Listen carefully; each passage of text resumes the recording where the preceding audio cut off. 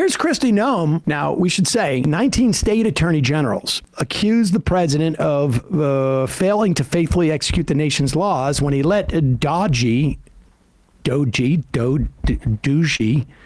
comb through federal computer systems. Federal judge early Saturday morning temporarily restricted access to, by Elon Musk's government efficiency program to the Treasury Department's payment and data systems, saying there was a risk of irreparable harm. Judge Engelmeyer ordered any such official who had been granted access to the system since January 20th to, quote, destroy any and all copies of material downloaded from the Treasury Department's records and systems. You like to bet? Do you want to bet that there's someone who's retained one? But fair enough. Oh, you mean the Groyper like Nazi posters? You think that they may illegally hold on to certain information that they got from the Treasury, which was the whole point? I mean, let's be clear. All of these government buildings are now like being guarded by Pinkertons or some, exactly. Like private security. He also restricted the Trump administration from granting access to those categories of officials. Representative for the defendants, Treasury Secretary Scott Bessent in the Treasury Department must appear on February 14th before Judge Jeanette Vargas. I think they've also said, we're not even going to let the Treasury Secretary get a touch at this because we need to talk about what's going on. So the judiciary thinks it's pretty messed up what's going on here. Even a Trump judge, right? That was the order on... That's an Obama appointee. The Trump judges basically said, we're going to put a halt on this whole consumer financial protection thing for a moment. Or I should say the U.S. aid shutdown. That's what that was. But here is Kristi Noem still pretending and this is their tricky part. The honeymoon period is different for the Trump administration. The honeymoon period, and last time it lasted 3 or 4 years, for them is how long do we get to pretend that we're not in charge? There's a secret cabal of, I don't know who this is, Biden appointees or Obama appointees or Clintonites that are buried so deep into the deep, deep state. And not just at the national security level, but Clinton herself was handpicking EPA scientists and birthing them in petri dishes through a secret program of cloning. Which is going to turn out the Federalist Society actually has a program like that. Various hippy dippies. It was sort of like The Boys from Brazil. I don't know if you ever saw it. It was an old movie, but they cloned Hitler and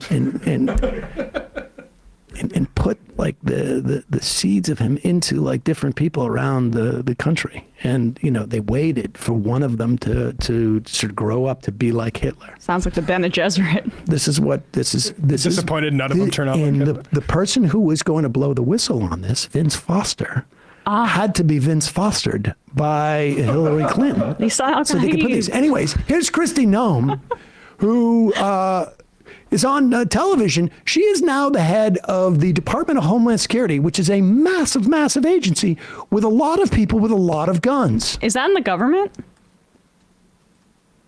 I remember a time when Republicans were very careful about and worried about the government, particularly unelected people. Well, we can't trust the government anymore. Having access to personal data. Yeah. Oh, absolutely. You are the government. Yes, that's what I'm saying, is that the American people now are saying that we have had our personal information shared and out there in the public. But now Elon Musk has access to it. Yeah, but Elon Musk is part of the administration that is helping us identify where we can find savings and what we can do. And he has gone through the processes to make sure that he has the authority You're totally the president has comfortable with granted him. What I am today by the work that he's doing by identifying waste, fraud, and abuse. And his information that he has is looking at programs, not focusing on personal data and information. Not focusing on it, but he has access to it. We'll be continuing to talk to him about what all he has access to. But we're going to have a talk with him. Have a chat. What process did he go through? Are you looking at any of the contracts that the Treasury sent remittances to for let's say competitors of yours? Or, you're rooting through all this system. Hey, you're not going and finding people that you're pissed about. I mean, it's not like you're a little man baby who had an emotional breakdown when, the Dave Chappelle crowd booed you. And then you went on to buy Twitter for a loss of tens of billions of dollars.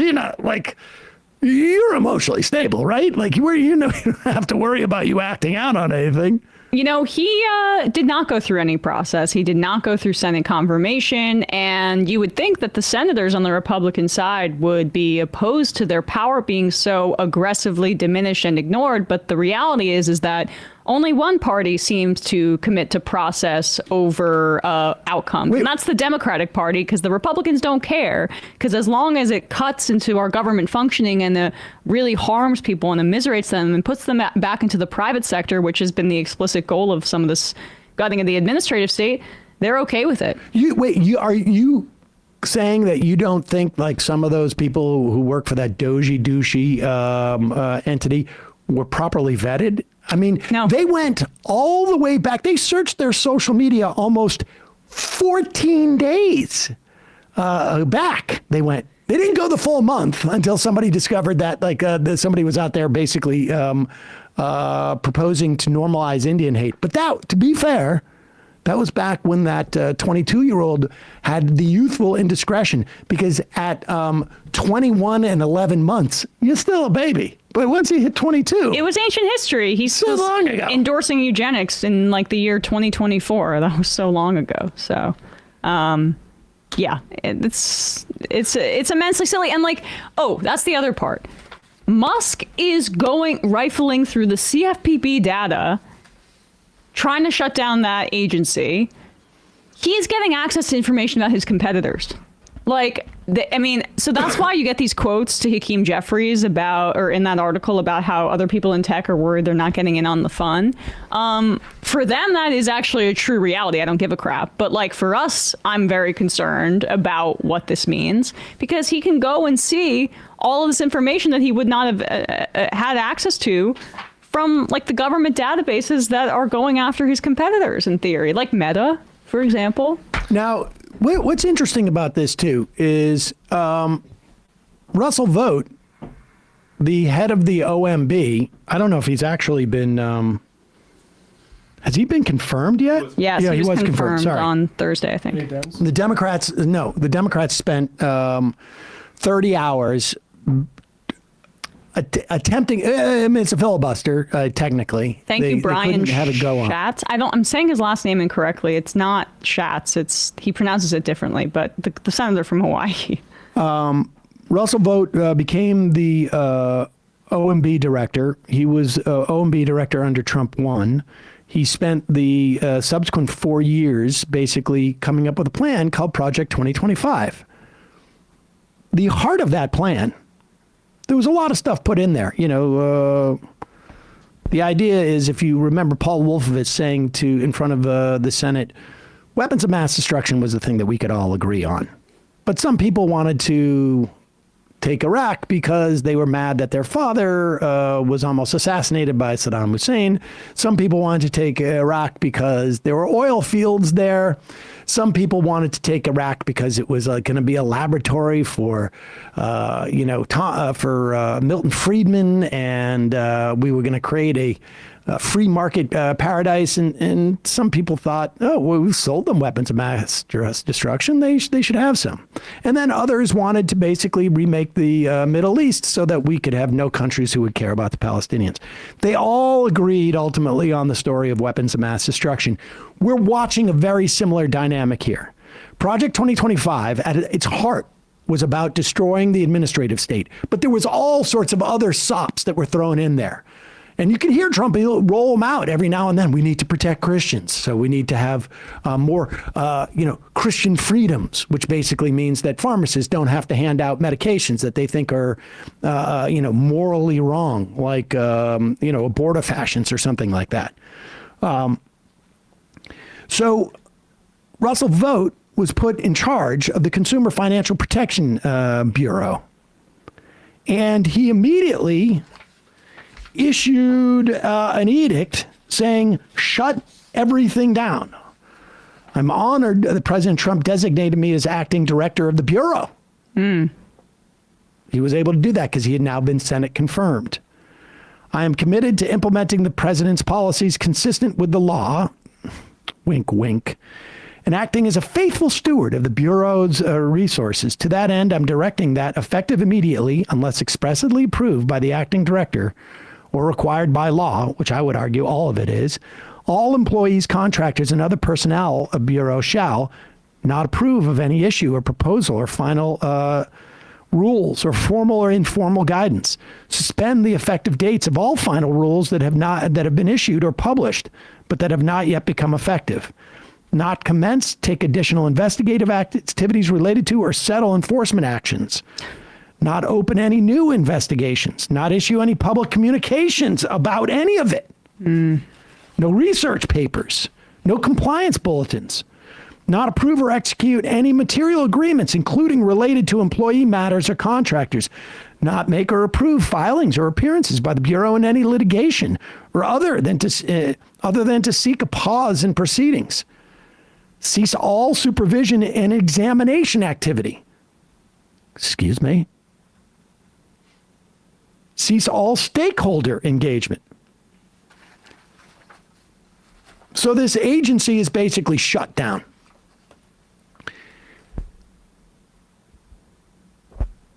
Russell Vogt wants to do this with just about every agency. He wants to do it with the EPA. They want to do it with the Department of Education. They want to do it with others.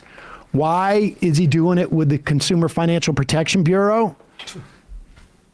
I would suspect it is because there is now a coalition between these Heritage Foundation people who have always wanted to destroy the administrative state because, broadly speaking, it cuts into corporate profits, and these tech bro monarchists, and they have very, very much aligned interests. Exactly. It's not even clear that there's any misaligned interests.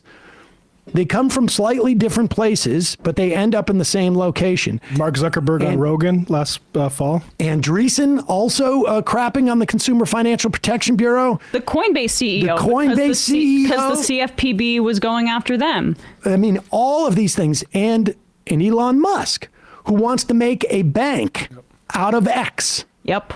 And the Consumer Financial Protection Bureau is part of the regulatory system that says, hey, wait a second.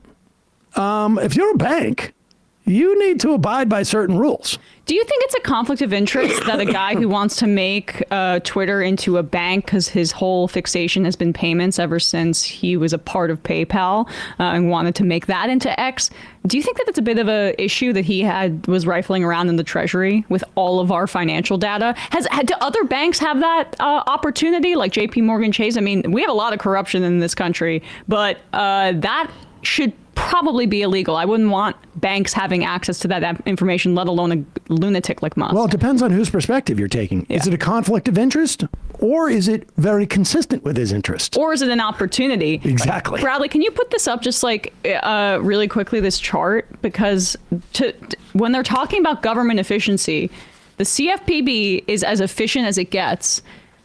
One of the reasons Dodd-Frank created the CFPB, Mike Hansel points out, was that the pre-crisis consumer financial protection was spread across 7 agencies. It was nobody's priority, so it was done poorly and without clarity. Consolidating programs for better outcomes, a model of actual government efficiency. If you could just go to the next slide, you can see how these authorities, for what the CFPB did, were sectioned into this new agency, a new authority. And again, Dodd-Frank didn't do enough, but the CFPB is arguably the most successful thing to come out of it.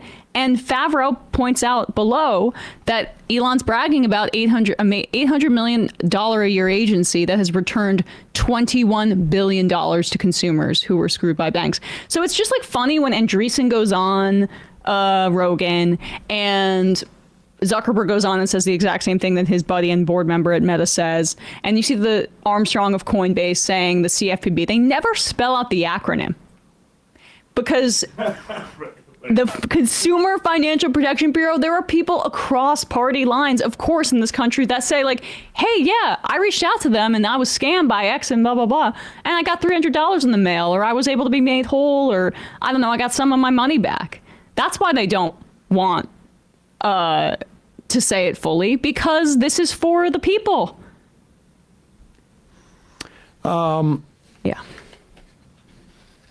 And I wish the Democrats could make that case so badly, because that was the other thing about Hakeem Jeffries, where this is the limits of the popularism thing that they're that Matt Iglesias and other writers on the Democratic Oh, did you say side. Matt Iglesias, the guy hosting a talk with Gallego and Mark Andreessen? Gallego is doing this exact thing right now. Yep. They act like they have no agency over public opinion, as if the Republicans haven't changed public opinion on issues that matter to them so aggressively over the course of, like, I don't know, my lifetime, how long I've been paying attention to politics. When you just do what's popular, you, by definition, throw minority rights out the window, because they're minority rights for that reason, and you look weak, and you don't orient power and the national conversation in your direction, because they just throw their hands up and just react as opposed to showing action. I mean, the thing is like what they say is popular and what is popular is really sometimes misaligned. Yeah. Like, people became more supportive of migrant rights over the past year as both parties were running in the opposite direction. Yep. And that's what Senator Schatz, again, I'm sorry, I know his last name. It's a little bit. I think it's Schatz or something, to make it sound a little less who like cares? Schat. Whatever. That was the point he was making in that interview with the New Yorker, where Republicans drive conversation and Democrats react to polling. And I think that's a major issue, especially because there are issues with polling. Like, for example, when people say their top issue is the economy, sometimes I don't necessarily think that's reflective, because saying it's the economy sounds smart, but it may be a bunch of other things. It might have been misogyny, it might have been racism, or it might have been the economy. So using that, it's the tail wagging the dog as opposed to the other way around.